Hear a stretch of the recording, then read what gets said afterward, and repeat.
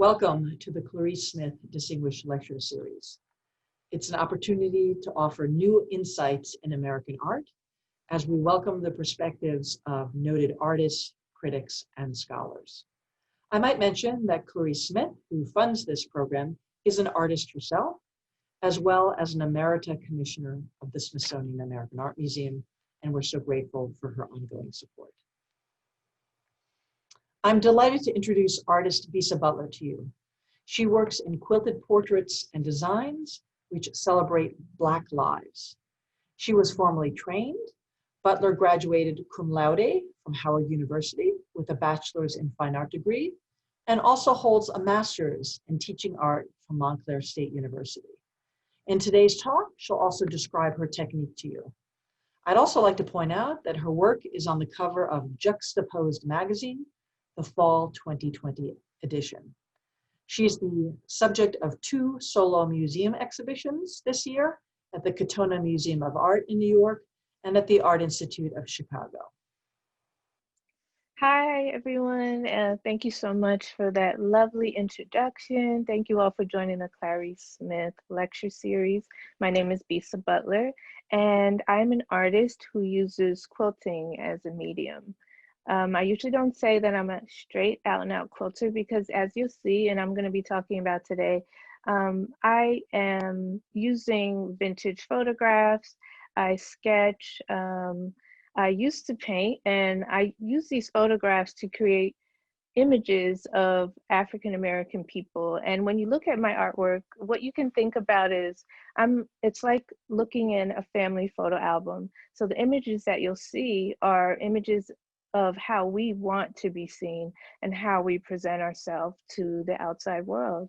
I'm gonna show you the very last piece that I just finished. I think that was last Monday, and it is called The Warmth of Other Suns, and it is dedicated to the African American people who came from the South up to the North during the Great Migration.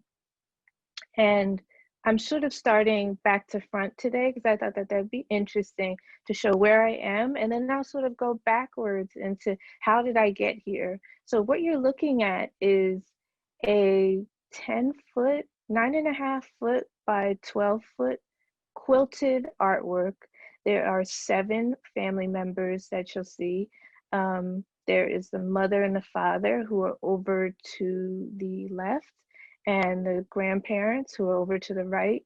And then right in the center, there are 2 daughters and then a little boy in the front. And I'd like to zoom in a little so that you all can see that my artwork is completely quilted. There's no paint on here. There is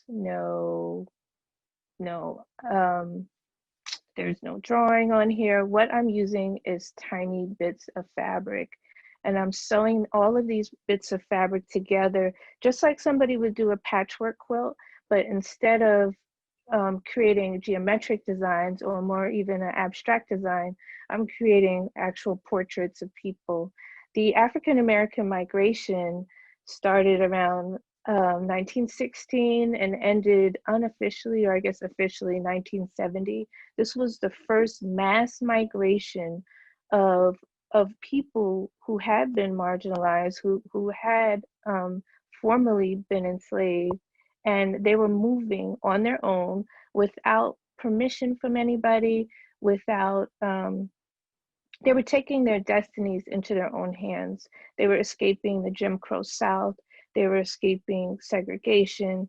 Some people were like directly escaping like threats of lynching or lynchings that had happened. The name of the piece, The Warmth of Other Suns, is actually taken from the book, the phenomenal book by Isabel Wilkerson called The Warmth of Other Suns, about the African American migration. That's what sort of inspired me to create this piece, along with knowing the stories of my own family. The only difference in the titles, the book, it's Suns, S-U-N-S, as in people are searching for the warmth of other suns, other places, prosperity. And I changed mine to S-O-N-S, as in the warmth of other suns, as in the warmth of other people, the love and the affection, the blood and humanity of other people, as in Black people. And I worked on this piece during this whole quarantine. So it took me 7 months, and I was trying to do the math earlier, but I worked on it 10 to 12 hours a day for 7 months straight. So some mathematicians out there, please help me out and tell me how many hours that is. And I am going to go on to another image that can give you an idea of what my pieces look like in the close-up. And for instance, what that piece in particular looks like close up. So you can see what I'm talking about.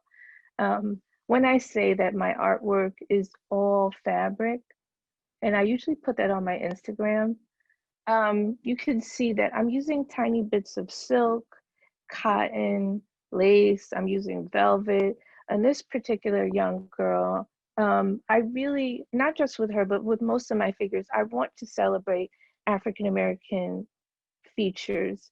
I'm using these bright Technicolor hues in order to talk about personality. If somebody is a warm and sunny personality, or somebody is like really frenetic energy, I might use reds and oranges, things that remind us of the blood coursing through our body, excitement, passion, and even the hot sun outside. And if I'm using deep blues and purples, I might be talking about a totally different personality. Somebody might be cool and calm. They may be kind of laid back. They may be even more quiet. So when you see colors on my figures, you are responding to that color as emotion, because we do tend to do that. I mean, color as personality, we're responding to different things. And then when you see different types of fabric, since we all use them, you know, we're all dressed, we have fabric. I think from the moment we wake up, I mean, we're sleeping on sheets, we're wearing clothes, but there's very few times in our day outside of being in the shower or in the bathtub that you are not touching some sort of fabric or some sort of textures. So we know what these things feel like, and they invoke ideas and memory. And I think that's what makes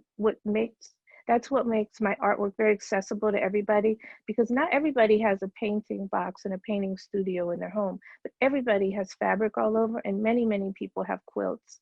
And I just want to say one thing about this young lady's hair. This is one of the sisters from my piece, The Warmth of Other Suns. And I used those blue silk flowers in her hair to talk about her personality. She is a young girl, so I want her to have that sweetness and that delicacy. And then I also want to talk about African American hair texture, that it is bunchy, you know, it does have a kink to it. It can have a curl to it. It doesn't necessarily lay flat. And I'm not discounting anybody's hair texture that does lay flat, including Black people who have straighter hair or wavier hair. But with this particular girl, I'm saying like her natural puffy hair texture is beautiful.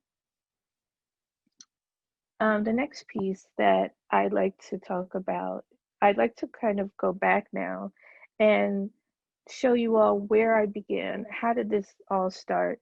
It was mentioned in the intro that I did go to Howard University. I was a painting major while I was in college, and I did ordinary paintings, just like other students would do. This was done in class. There was a young lady who was sitting in the middle of the room, and the studio classes were like 3 to 4 hours, I think. And you have a blank canvas, and your professor, the instruction is to paint that person. So this is what I did in a particular class. And I like to show this piece because it shows that some of the ideas of what I'm doing now have been running through my mind, and I've been repeating them through the years, even 20, 30 years later. In this piece, the young lady, I'm layering her face. Again, you're going to see those oranges and reds and yellows, but instead of using fabric layers in this, I'm actually using glazes of acrylic paint. So my underpainting and my layering techniques that I did with paint, I'm just doing the same exact thing with fabric. It's just a different medium. And the colors itself, I just want to talk about that a little bit. My professors at Howard, the dean of the School of Fine Arts at Howard was Jeff Donaldson, who was the founder of this um, African American artists collective that started out of Chicago called AfriCOBRA. And AfroCOBRA stood for the African Coalition of Bad and Relevant Artists. It was started in the 60s in the south side of Chicago. Jeff Donaldson, Frank Smith was my professor. Wadsworth Jarrell also taught at Howard, still living, member of AfroCOBRA. His wife, Jay Jarrell, living, member of AfroCOBRA. She does more with fiber. She works with fibers and paints, but she wasn't at Howard. But AfroCOBRA had this philosophy that artists should be proud of who they are. Artists should be speaking to their audience, and their audience should be Black people, the people of the community, and that our people should always feel proud of who they are. They should learn something when they look at your artwork. They should feel proud about their own features, their hair, and the color scheme was their way. The AfroCOBRA artists were African American in the 60s. So there's the Black Power movement that is very strong. It's picking up speed, and this movement intersected and upheld and became a way to market and publicize the philosophies of the Black Power movement, as in Black is beautiful. The color schemes that they used were called the Kool-Aid colors, and they were throwing away the Beaux-Arts European color scheme, where your palette had white on it, and in order to lighten the color, you added white. The AfroCOBRA artist said, we're not using white for anything. As a matter of fact, sometimes they would paint on a solid Black canvas, and if they were using a lighter canvas, you could lighten, and then they taught that to us at Howard. If you wanted to lighten your artwork, you had to use yellow, light pink. What else could we use? I suppose we could use a light orange, but we weren't allowed to have white on our palette at all. So you see, this was another painting that I did while in class. It was just done on a piece of cardboard. So anybody who knows cardboard, after a while, it starts to crumble because of the acid in it. But in any case, couldn't afford canvas, just had a regular piece of brown cardboard. And this was another model who's in class, and you can see the yellows and the reds. You can even see greens in there and a little purple and burgundy. So I'm using my same color scheme. My subjects were still African American people, and I was focused on showing people in a positive light from the beginning. That was from what my professors told me, and that was also what I was interested in individually. And a lot of people ask me, how is it that I ended up quilting? Like, how did that all come in? Well, while I was at school, I had a professor by the name of Al Smith, and Al told me that I should he told me that I should create artwork that looked more like how I dress.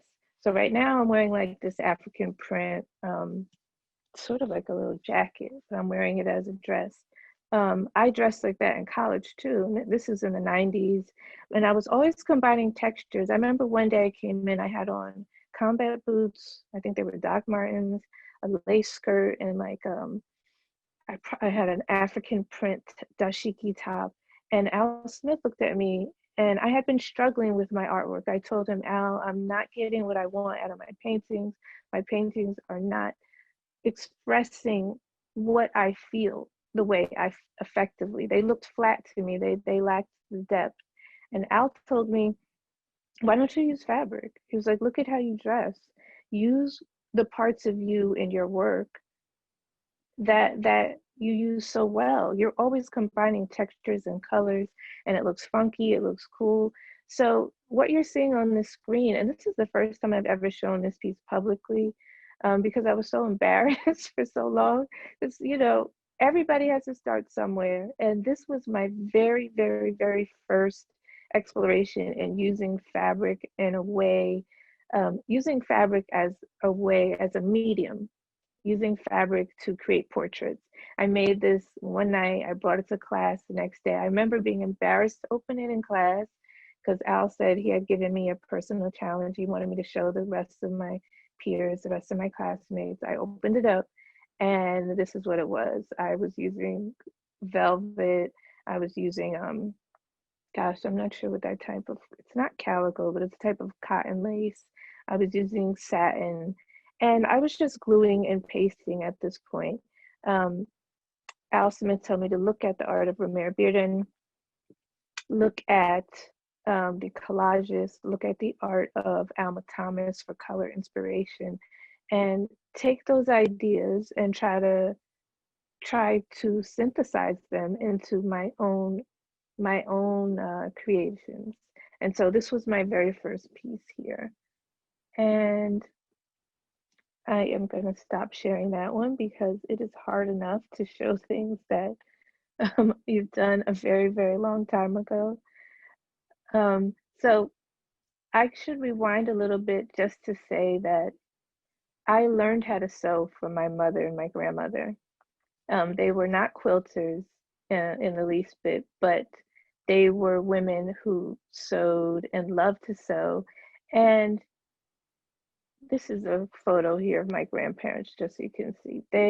My grandmother Violet grew up in New Orleans, Louisiana, born and raised, and she used to sew all kinds of clothing. She ended up having 10 children, and my mother being one of those 10.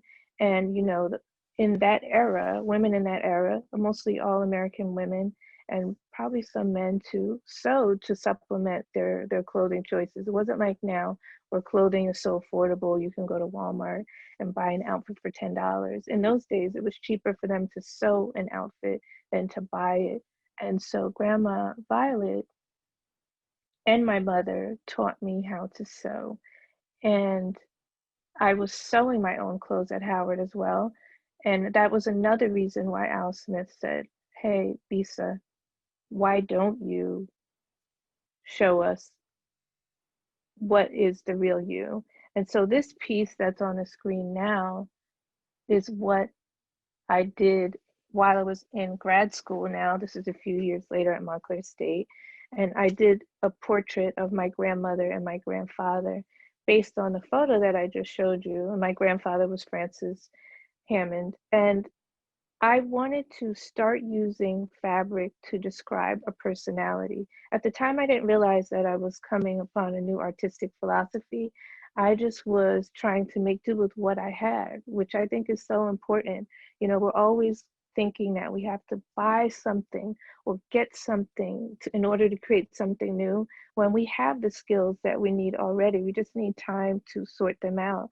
And I found with myself and a lot of people during this quarantine, we've been using that time to sort of get back to what are those skills that we learned, you know, at home. What were we taught at home, and what are the things around us that we may have put aside and that now we should get back to? My grandmother, her name was Violet, so you can see on the border that I used, I don't think those flowers are particularly violets, but there's some sort of purple flower. And I used that just to reinforce that that was her name. At the time, my grandmother was still living, and this was my project that I used for this was my final presentation in grad school in my fibers class. And I wanted to use primarily lace and floral fabrics on my grandmother to talk about her delicate personality, how sweet she was, how loving, how kind. I mean, she had a really high voice, and she was always cooking oatmeal in the morning. And she was just a typical grandmother, very loving to all of us children. And my grandfather was a foreign embassy for Morocco. Actually, they raised their children, including my mother and all her siblings, in Morocco. So I tried to use a more like geometric, somewhat African style print on my grandfather. And this was my very first like successful quilted piece. After that moment, I knew that I had the ability then to create portraits just by using bits of cloth. And I want to show you a piece that I did soon after that. And I'll show these kind of a little bit more rapidly because I did an imagined image of my my father's father, my grandfather. My father's from Ghana, West Africa, and his father passed away from appendicitis when he was about 11 or 12 years old. And when that grandfather passed away, my grandmother could not afford to um, feed and take care of her children on her own. So the children, which was 5 of them, were they were not kind of, they were all split up after that. And the family was effectively decimated after the death of my grandfather. My father was in boarding school, so he went back to boarding school, and now he had to live there. 2 of my father's sisters, who were just little girls, under the age of 10, were married to a grown man in his 50s or 60s. Both girls married to the same man. Um, um, One of the other little brothers went with an uncle, and my grandmother was able to, I think, take care of one baby, and she stayed with that one baby. So my grandfather's passing, that ripple of his death and the loss of him has trickled all the way down to me all these years later. I'm in school and I wanted to create a portrait of this grandfather who I'd never seen, never known, and there were no photos of him for me to even reference. So I looked up an African American man, an image of of an African Northern Ghanaian man, and I found a reference photo and I thought, okay, I'm going to make a portrait based on this. And this is while I was still in school. But this time I asked my father for his dashikis. So here I go again, sort of creating this new philosophy of your fabric, the fabric choices tell a story. And I wanted African cloth. I didn't have a lot of money. I was in school, so I thought I'll just use my father's dashikis. But in essence, I was using pieces of my father's life and also his actual DNA. When we wear our clothing, our skin rubs on that clothing, so the DNA is infused. But I didn't realize that at the time until I put it together. I felt a certain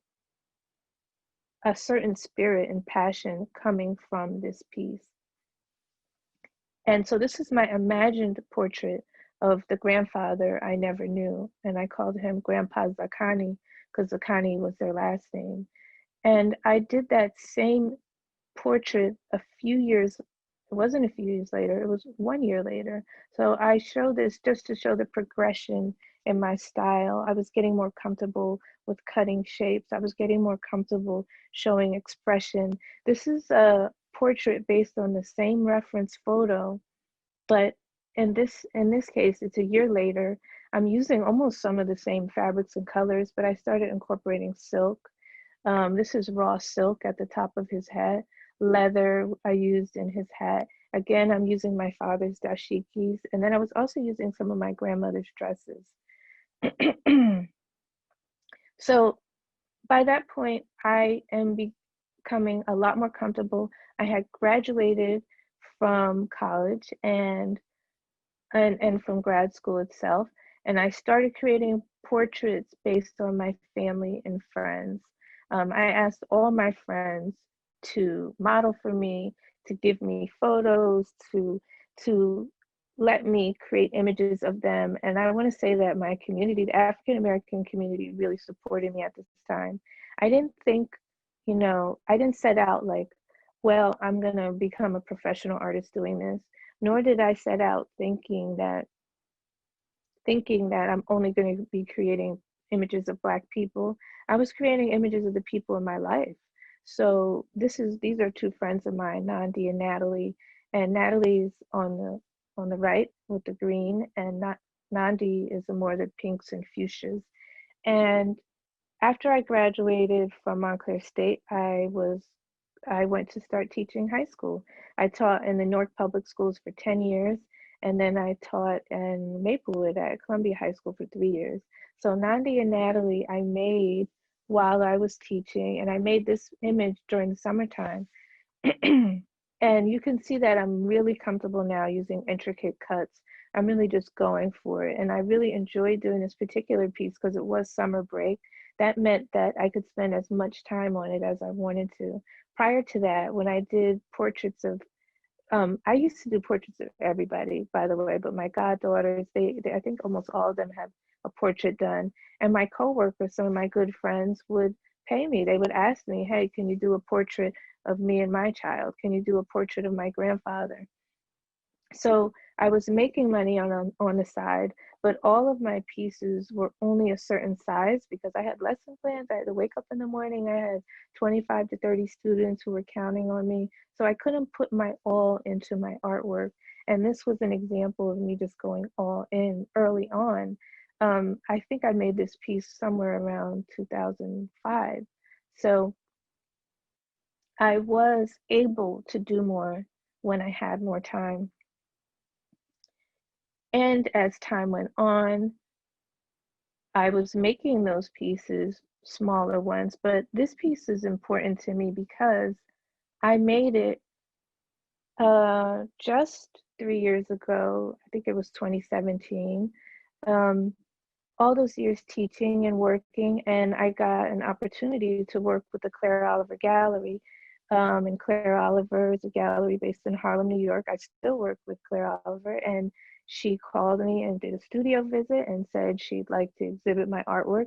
And I had to think about now, what am I going to say to the world? What art am I going to put out here as a professional artist now? Am I still going to show images of my family and friends? Like, I wanted to expand that vision.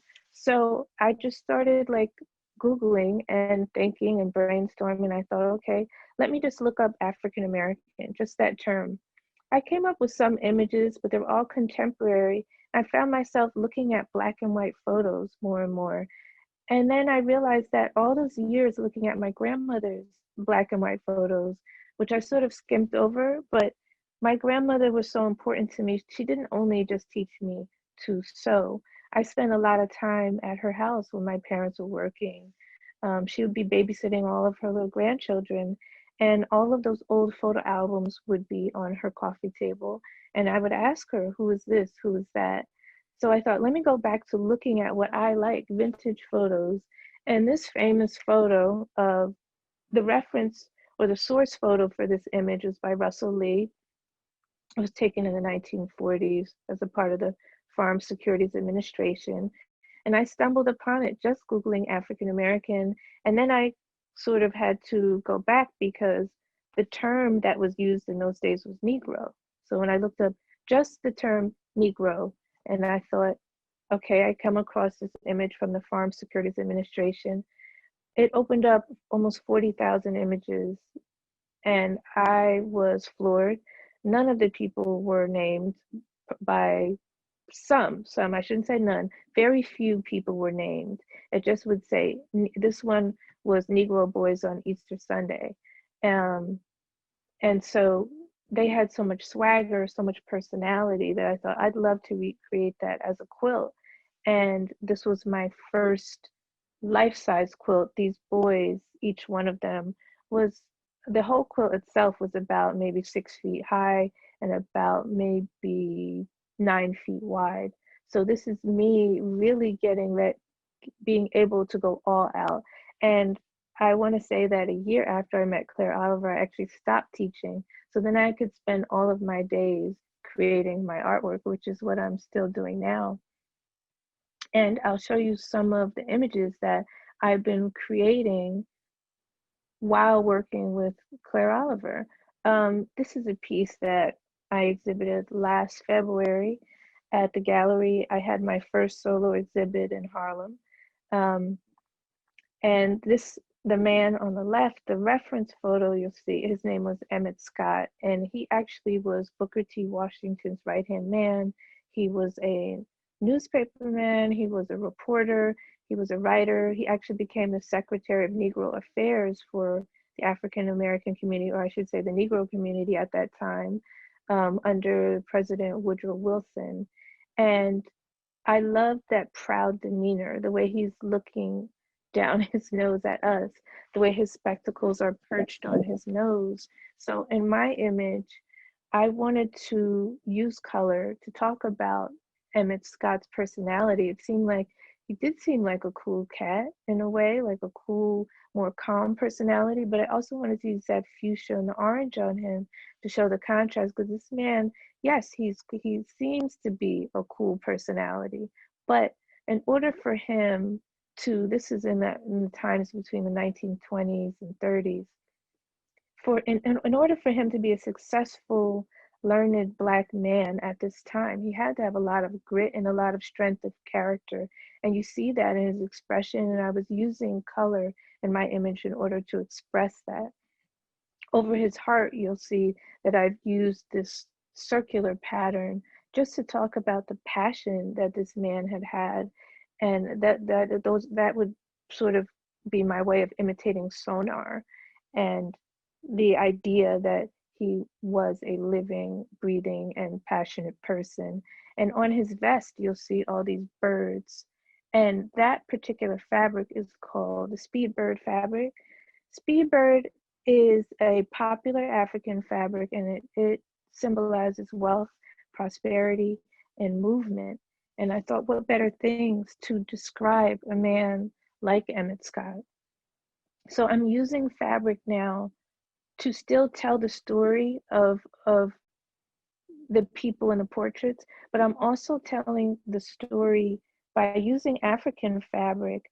I am giving people back their heritage and identity. Um, Recently, I did a portrait of Frederick Douglass, and we know who Frederick Douglass is. Again, he was a named and a very known, important orator. He was a advocate for feminism. He was an abolitionist. He was a man who taught himself to read and write. Well, the mistress who owned him helped teach him some of his letters, and then he learned the rest from street kids, playing with them and getting them. These are white street kids, getting them to show him different symbols of letters and numbers and sounding out words until he became completely literate. He actually used that knowledge to forge his free papers and gain his own freedom when he was in his late 20s.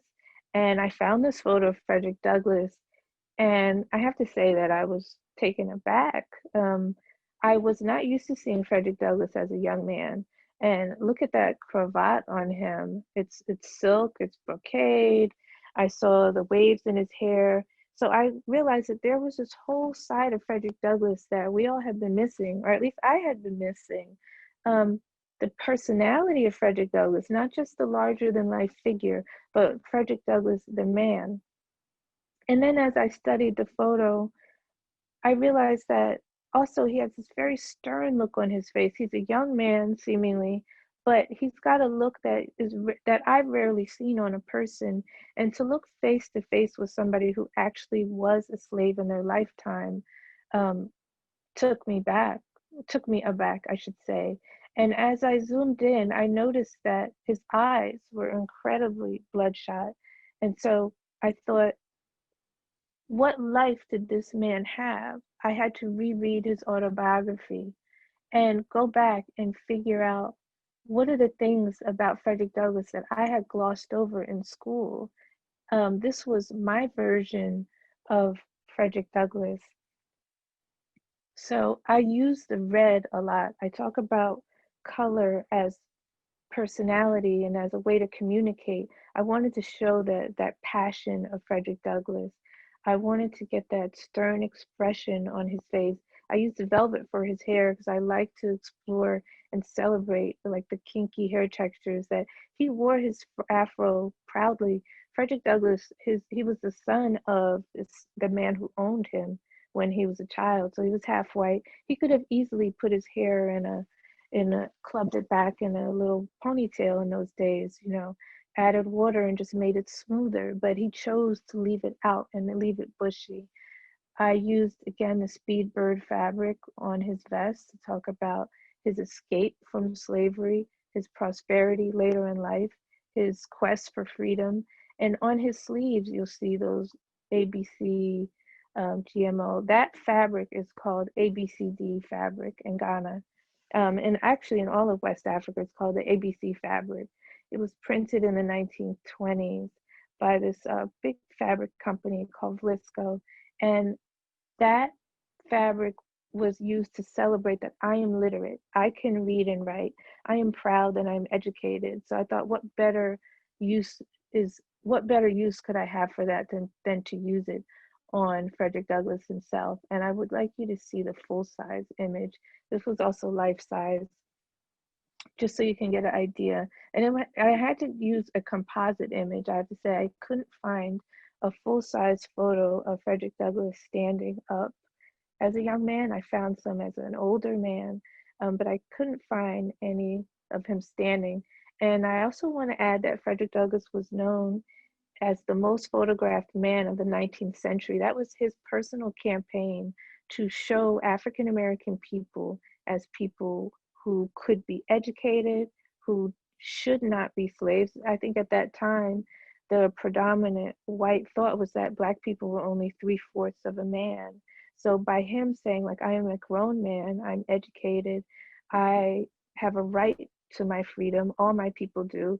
And also, I want to note that he never smiled in his photos, because he said that he wanted people to understand that it was not a light or happy thing to be enslaved by another person, to be whipped between the inch of your life, and to have to escape and live with that threat over your head as long as slavery was legal. So all of the photos that he had taken, I think the only person who was photographed more than him at the time might have been the Queen of England. He made sure that he had this stern look and that his photos were just disseminated. They were sold as postcards. People had them hanging up in their homes. It wasn't that he just wanted to be a celebrity. He was trying to get across the message: Black people are equal to anybody else. So I would like to show you just a few of the pieces, some of the pieces that I've worked on recently.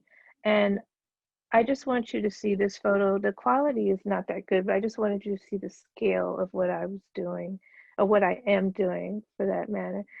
This is me with two friends. It's with Kimberly Drew and then her other friend. If he's known as the Ghetto Gastro. And I met up with them at the Expo Chicago. This is 2019. And this piece was my largest to date, although the piece I showed you all before, the Warmth of Other Suns, is a little bit larger, but at the time, this was the largest to date. And it depicts an African American baseball team so I'm going to show you the image. This was the quilt. It's called To Truth and God. It was a portrait of the Morris Brown baseball team. Morris Brown was a HBCU, is an HBCU, historically Black college and university. The photo was taken in 1899, the reference photo, and it struck me because I thought I was looking at a photo from the Negro Leagues when I came across it. And, oh my goodness, that one didn't pop up. I thought that this photo was of the Negro Leagues, but it actually wasn't. It was taken in 1899, and I thought, okay, 1899, we're talking 37 years after slavery. So these young men, they're in their 20s. Their parents were slaves, many of them, unless they were free. Morris Brown is in Atlanta. Atlanta is strictly at that, especially at that time, a southern, I mean, it's still a southern state, but it was a Jim Crow state, segregated state. Their parents would have been forbidden to even learn how to read again or write anything. And here they are, they're not only in college, but they're participating in the great American pastime, which is baseball. So how much more could they say that I want a seat at the table? I want a part of the American dream. These men could not even vote legally. The 15th Amendment was passed. Supposedly they could vote, but there were all types of roadblocks set up for Black people trying to vote all the way up until the 1960s, when the Voting Rights Act passed in 1965. So prior to that, Black people were lynched. There were whole towns that were burned to the ground when people tried to vote. So these men could not vote. They were drinking out of segregated fountains. They were sitting in the back of the bus. They were taking a subjugated role in this American life, but they're still here striving for equality and for dignity. And I love that this photo showed all of these different personalities. I thought about who was the leader, you know, this young man sitting.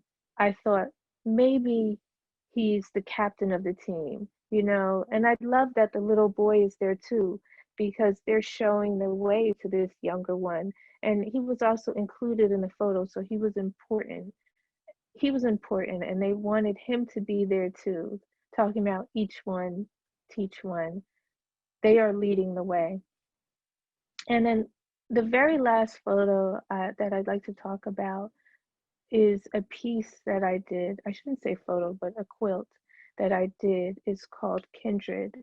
And I wanted to, with this piece, I wanted to celebrate the African American family. I want to, again, show a slice of life that we are proud of. And one thing that is important to me is my community, my family, my children. And so each piece that I'm doing, yes, I'm showing quilts of the African American community, but I'm also talking about all the time, I'm always talking about what is it that I believe in? What is it that's important to me? What is it that I want to express? So in this image, I have a father and a mother, and then the two daughters. And if you look, you can see that the father's feet are firmly planted. So I wanted to show that he's holding up and supporting his entire family. I came with the reference photos. This was a composite photo. Not all of these individuals were in the same photo together, but I wanted to show that how important the father is to the family, because the mother and the daughters were in one photo together, but the caption, it said, father makes, um, I have to check that again, but it was in the cents. Father makes $1.15 a week. And he was away working at like a turpentine plant or factory. And forgive me for not knowing the exact term, but on a farm where they extracted turpentine, and he was away working. The mother was home with the children. She couldn't afford shoes for herself nor for her children. But what I thought was so beautiful was that the mother, and I'll zoom in so you can see, but she had on these gold hoop earrings. And so did her daughter. One of the daughters had on earrings too. She had a ring on. So it was like, yes, these people are poor. They may not be able to afford all of the things that they want, but they do have dignity and they do have pride and they have vanity too. And she wanted to look good in her photo as too, even though they didn't have a lot of money. And the reason why I put the father in the photos, because I wanted to dispel that myth of absence, as if Black fathers don't care about their children, don't love their children. My parents did eventually get divorced, and me and my siblings went to live with my father, and he's still very active in my life today. So I always want to talk about how important the father is to the family and how Black fathers do love and support their children. And I wanted that to show in this piece, that he not only is supporting them, but he's literally holding them all up. And if we zoom in a little bit more on Mother's apron, you'll see those, if you look close, you'll see lemon slices in there. And you can see a little bit of the cup at the bottom. There it is, it's a sippy. But her apron was, for me, a reference to the Beyonce album, Lemonade. And a quote that I think her quote, she got that from, it sounded like either her grandmother or her husband's grandmother saying, when life gives you lemons, you create lemonade. And I thought, what a powerful way for me to reinforce this common thread with this family, that they didn't have it easy. They didn't have a lot of money, but they were still doing the best they could, and they were still making the best of what they had. And I think that I can go out with one last look at a piece that I'm very proud of. Um, I was recently given the honor of doing a magazine cover for Time magazine. Um, the great Wangari Maathai, she was the first African woman to win the Nobel Peace Prize. She was the first African woman on the continent to earn her doctoral degree. And Wangari Maathai was an environmental activist. She was a feminist. She was she was from Kenya, I should say, and she lived through the 1970s is when she became active. She did pass away in the 1990s, and I was given the honor of creating a portrait of Wangari Maathai for their Women of the Year series. Time Magazine this past March put out 100 covers of women who should have had the cover all the years. And all the years that Time Magazine had been publishing and printing issues, it was a little over 100 years, I think 110. I think up to the 1990s, they had had like 17 women on the cover. Um, and or it could have been 27, but it was a very low number. And so they wanted to do what they could to make up for that. And so my image of Wangari Maathai, she also was she was a green activist. Let me not forget that that was one of her main things. She felt that she taught women to plant and to farm their own lands and to reforest the country, that she could help the entire population, not just women, because women were the ones who were taking care of the children and they were raising the future generations. At the time, Kenya was being deforested, and Wangari Maathai was responsible for helping and showing women how.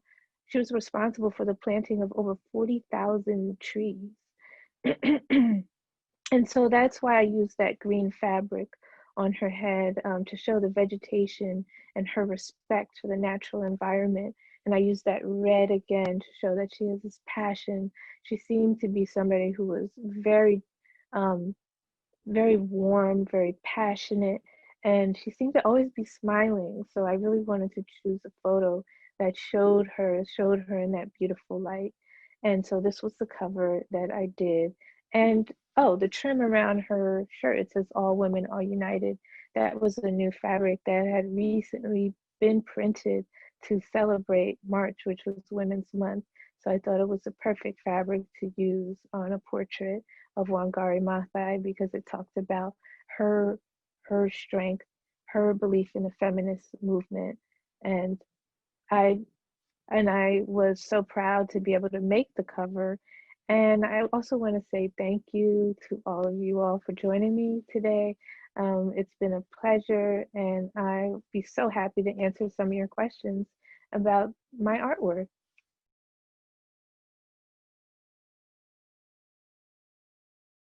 Yes, I do sketch my artwork before any piece. I have a background with sewing. My mother and my grandmother taught me to sew, and they worked from patterns, so I still do that.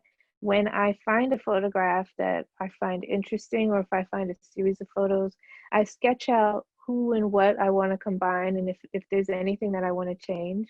And I also, the sketch that I do is contour line, so that I'm looking at a black and white photo. I'm creating just a line drawing so that I know every shape that I already want to cut out. And the thing that takes so long for me is just the selecting of the fabrics themselves. The Actually choosing the photo takes a little bit of a while, because I really want to connect with that photograph, with the image of the person emotionally. I want to be able to find something that I can draw out from the image. And then the sketch is really very quick, because that's contour line. It doesn't have to be perfect. And I used to tell my students that all the time. When you're drawing, it doesn't have to be perfect, because you are putting out an impression of that person. If you want, for instance, when I did the Frederick Douglass image, if you want a perfect image of Frederick Douglass, we have a photograph of him. We can always just refer back to that. But your sketch of that person is where you're putting your impression of Frederick Douglass. So, what do I think of him? What impressions do I get of him? And when I sketch, I'm putting those imperfections of myself in the photo. And then by my selecting of the cloth, it becomes very organic. So yeah, I think it's really important for people to know how to sketch, but that they don't have to get so hung up that that their drawings have to be photorealistic.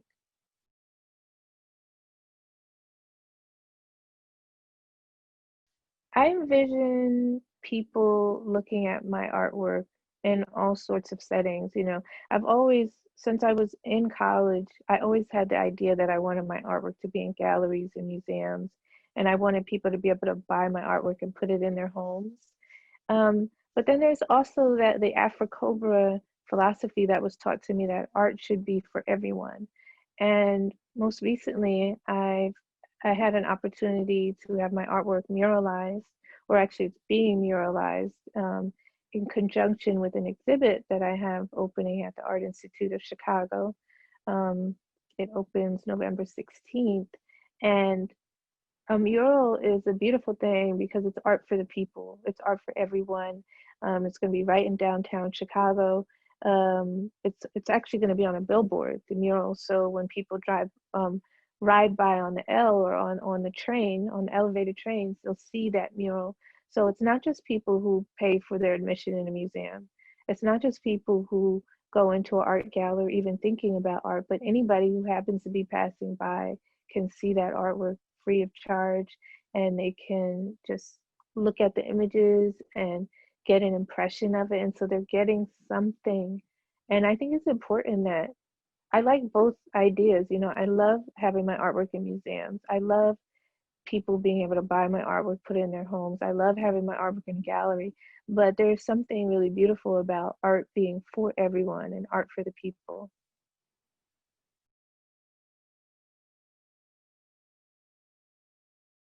I only machine, so the last piece I did, it must have taken me um, almost 700 hours to finish.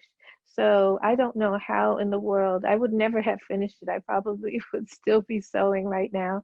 I use a machine. It's a quilting machine. It's called a long arm quilting machine, and in that way your artwork is set on, your quilt is on these rails, and it sort of rolls it.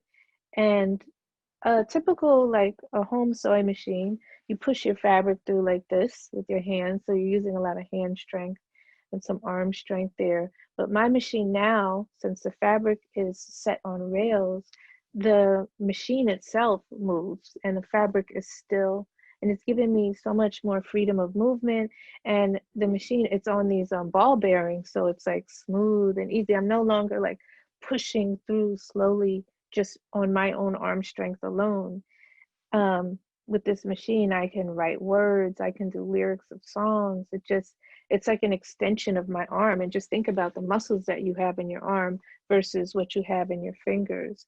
They're grander movements, they're stronger movements. And you can see it in my artwork. It's allowed me to make my pieces 10 feet wide and 12 feet long without taking a year and a half or 2 years to finish.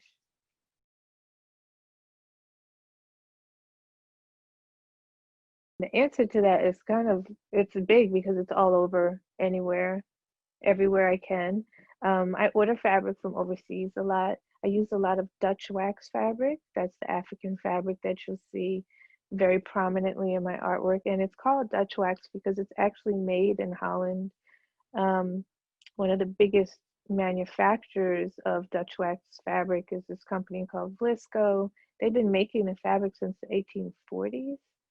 Um, and I think it was originally made in Harlem, like Harlem in Holland, which is interesting because now I'm based in a gallery that's in Harlem.